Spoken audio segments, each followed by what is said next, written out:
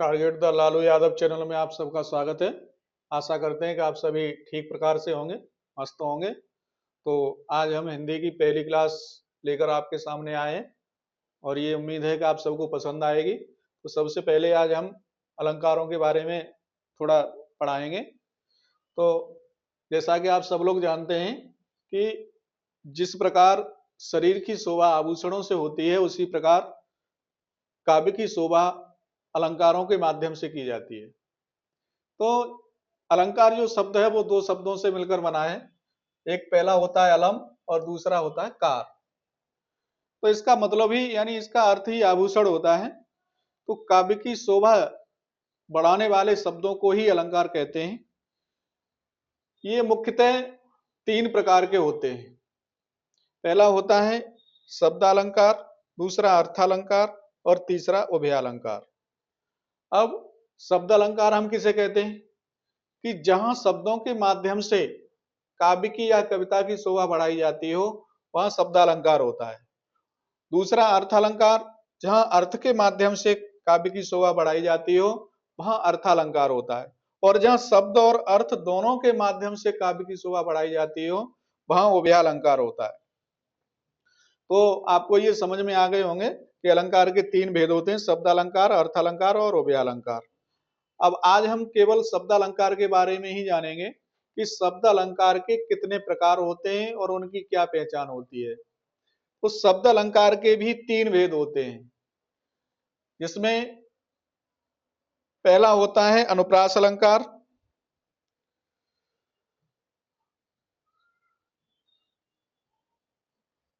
पहला है अनुप्रास अलंकार, दूसरा यमक अलंकार और तीसरा होता है मुख्य श्लेष अलंकार। मुख्यतः तीन होते हैं, उसके बाद तीन और हैं, पुनरुक्त, विवत्सा और वक्रोक्ति अलंकार। तो हम केवल इन तीन के बारे में ही अभी जानेंगे कि अनुप्रास अलंकार, यमक अलंकार और श्लेष अलंकार, ये तीन भेद हैं। उसमें से सबसे पहले अनुप्रास अलंकार। अनुप्रास अलंकार क्या होता है कि जहां अनु का अनुप्रास में जो दो शब्द हैं, एक पहला है अनु और दूसरा है प्रास। तो यहाँ अनु का अर्थ होता है बार बार और प्रास का अर्थ होता है वर्ण या अक्षर। तो जहां कोई वर्ण किसी काव्य में एक से अधिक बार आता है, तो वहां अनुप्रास अलंकार की आवृत्ति होती है। कोई भी वर्ण या अक्षर काव्य में एक से अधिक बार आए तो वहां अनुप्रास अलंकार होता है। अब इसके भी कई भेद होते हैं अनुप्रास अलंकार के। जैसे पहला भेद है इसका छे का अनुप्रास।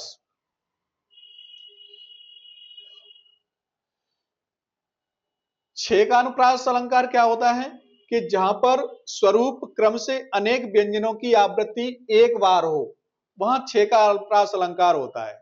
जहां पर स्वरूप और क्रम से अनेक व्यंजनों की आवृत्ति एक बार हो, वहां छे का अनुप्रास अलंकार होता है। जैसे रीझ रीझ रहिस रहिस हस हस, यहां एक ही शब्द दो दो बार आया है। सांसें भरे आंसू भर कहत दही दही, यहां भरे शब्द दो बार आया है और दही शब्द भी दो बार आया है। इसलिए यह कौन सा है, छे का अनुप्रास अलंकार है। कहने का मतलब जहां पर स्वरूप और क्रम से अनेक व्यंजनों की आवृत्ति एक बार हो, वहां छे का अनुप्रास अलंकार होता है। दूसरा होता है वृत्त अनुप्रास अलंकार।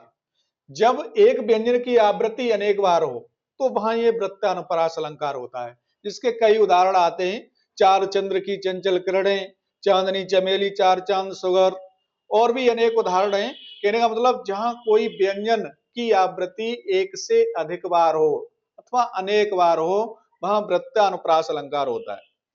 दूसरा आता है तीसरा लाटा अनुप्रास अलंकार। जहां शब्द और वाक्यों की आवृत्ति हो तथा प्रत्येक जगह पर अर्थ भी वही हो और अन्वय करने पर भिन्नता आ जाए, वहां ये लाटा अनुप्रास अलंकार होता है। जैसे तेग बहादुर हाँ बे ही थे गुर पदवी के पात्र, इसमें नाम भी दिया है और बाद में बे ही भी है, यानी दोनों चीज एक ही है। इसलिए यहाँ लाटा अनुप्रास अलंकार की आवृत्ति है। अगला है अत्यानुप्रास अलंकार। जहां अंत में तुक मिलती हो, जिस किसी कविता में अंत में एक जैसी तुक मिलती हो, वहां अंत्यानुप्रास अलंकार होता है। जैसे इसमें उदाहरण है, लगा दी किसने आकर आग, कहां था तू संशय के नाग। यानी यहाँ आग आया है और यहाँ नाग आया है, दोनों की तुक एक जैसी है, इसलिए यहाँ अत्या अनुप्रास अलंकार है। तो आज हमने अनुप्रास अलंकार के बारे में पढ़ा, उसी से संबंधित कुछ क्वेश्चन हैं अलंकारों से संबंधित जो आपके लिए यहां दिए गए हैं। जैसा कि पहला क्वेश्चन है, अलंकार शब्द किन दो शब्दों के मेल से बना है। तो अभी अलंकारों की परिभाषा में बताया था कि अलंकार जो शब्द है वो दो शब्दों के योग से बना है। उसमें पहला शब्द है अलम और दूसरा है कार। तो इसका सही आंसर है अलम प्लस कार। अगला क्वेश्चन है, अलंकार में अलम शब्द का क्या अर्थ है। तो अभी बताया था कि अलम शब्द का अर्थ होता है सुंदरता, इसलिए हमारा इसमें ये सुंदरता, ये वाला ऑप्शन सही है कि अलंकार में अलम शब्द का अर्थ सुंदरता है। तीसरा है, काव्य की शोभा बढ़ाने वाले शब्दों को क्या कहते हैं। जैसा कि अभी परिभाषा में ही बताया था कि काव्य की शोभा बढ़ाने वाले शब्दों को अलंकार कहते हैं। तो हमारा ये अलंकार सी ऑप्शन सही है कि काव्य की शोभा बढ़ाने वाले शब्दों को हम अलंकार कहते हैं। अगला क्वेश्चन है, अलंकार के कितने मुख्य भेद बताए गए हैं। तो अभी भेदों में हमने सीखा था कि अलंकार के मुख्य 3 भेद बताए गए हैं, शब्दालंकार,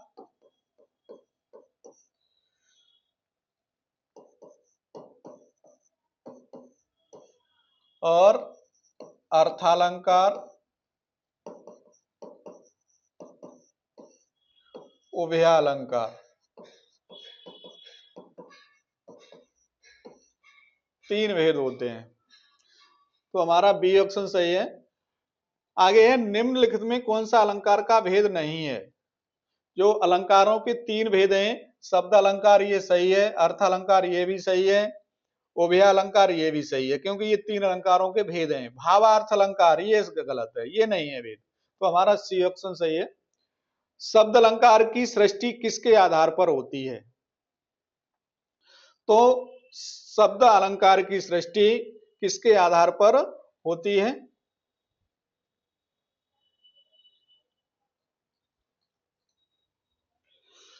शब्द अलंकार की सृष्टि ध्वनि के आधार पर होती है। तो हमारा बी ऑप्शन सही है। अगला है, किस अलंकार में किसी विशेष शब्द की जगह उसका पर्यायवाची शब्द रखने से उस शब्द का अस्तित्व नहीं रहता। तो इसका बी यानी शब्द अलंकार ये सही है। इसकी जगह पर हम उसका अगर पर्यायवाची रखें तो फिर उस शब्द का अस्तित्व ही नहीं रहता। दिए गए उदाहरण में भूषण बिना न सोई कविता बनिता मित्त में अलंकार का महत्व दर्शाया गया है। यानी जो उदाहरण ये दिया गया है, भूषण बिना न सोई कविता बनिता मित्त, तो इसमें अलंकार का क्या महत्व है। तो हम इसमें देखें, कविता की लंबाई बढ़ाने के लिए गलत है, कविता में नए शब्द जोड़ने के लिए गलत है, कविता की शोभा बढ़ाने के लिए ये सही है। यानी कविता की शोभा बढ़ाने के लिए ही इसमें ये महत्व दर्शाया गया है। अगला है, शब्द अलंकार किन 2 शब्दों से मिलकर बना होता है। तो अभी पढ़ाया था, बताया था कि शब्द अलंकार 2 शब्दों से मिलकर बना होता है, शब्द और अलंकार, शब्द और अलंकार। तीसरा अगला क्वेश्चन है, मानव समाज को सौंदर्य उपासक क्यों गया है, जिसके कारण अलंकारों का जन्म हुआ। यानी अलंकारों का जन्म क्यों हुआ। आगे विकल्प है, क्योंकि वे आभूषण पसंद करते हैं, गलत है। क्योंकि वे सुंदरता को महत्व देते हैं, ये भी गलत है। क्योंकि वे भाषा को सुंदर बनाना चाहते हैं, ये सही है हमारा, क्योंकि वे भाषा को सुंदर बनाना चाहते हैं।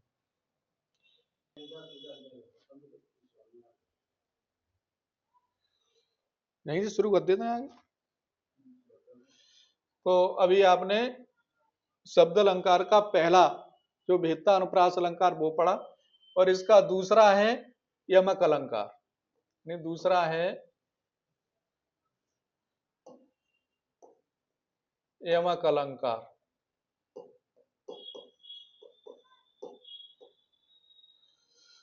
यमक अलंकार की परिभाषा है कि जहां कोई शब्द एक से अधिक बार आता है और उसका अर्थ भिन्न भिन्न हो तो वहां यमक अलंकार होता है। जब कोई शब्द एक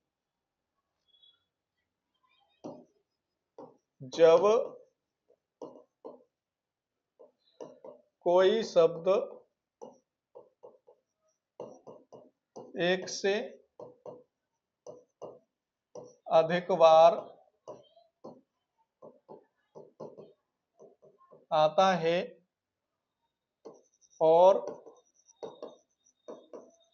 बार आता है और प्रत्येक बार उसका अर्थ भिन्न भिन्न होता है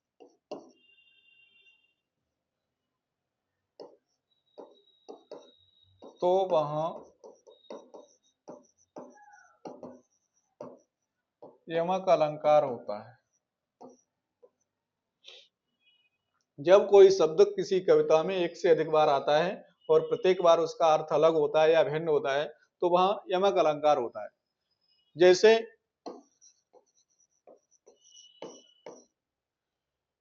इसका एक प्रसिद्ध उदाहरण है कनक कनकते सौगुनी।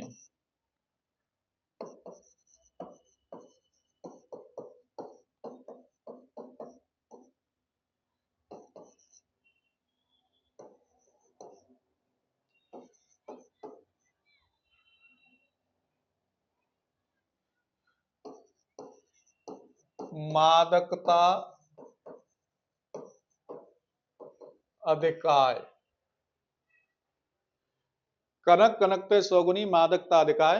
दूसरी लाइन है या खाए बोरात नर पाए बोरा। कहने का मतलब यहाँ कनक शब्द दो बार आया है और दोनों बार इसका अर्थ अलग अलग है। एक कनक का अर्थ है सोना गोल्ड और एक दूसरे कनक का अर्थ है धतूरा। यानी दोनों एक के प्राप्त होने से व्यक्ति पागल हो जाता है और दूसरे को खाने से पागल हो जाता है। तो कनक कनक दो बार आने से यहाँ यमक अलंकार है। दूसरा आता है श्लेष अलंकार।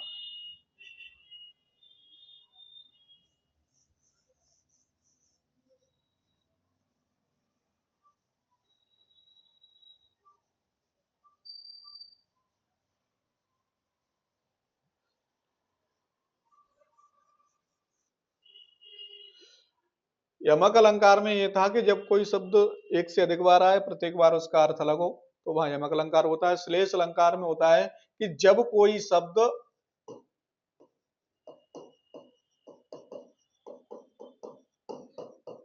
एक ही बार आता है और उसका अर्थ एक से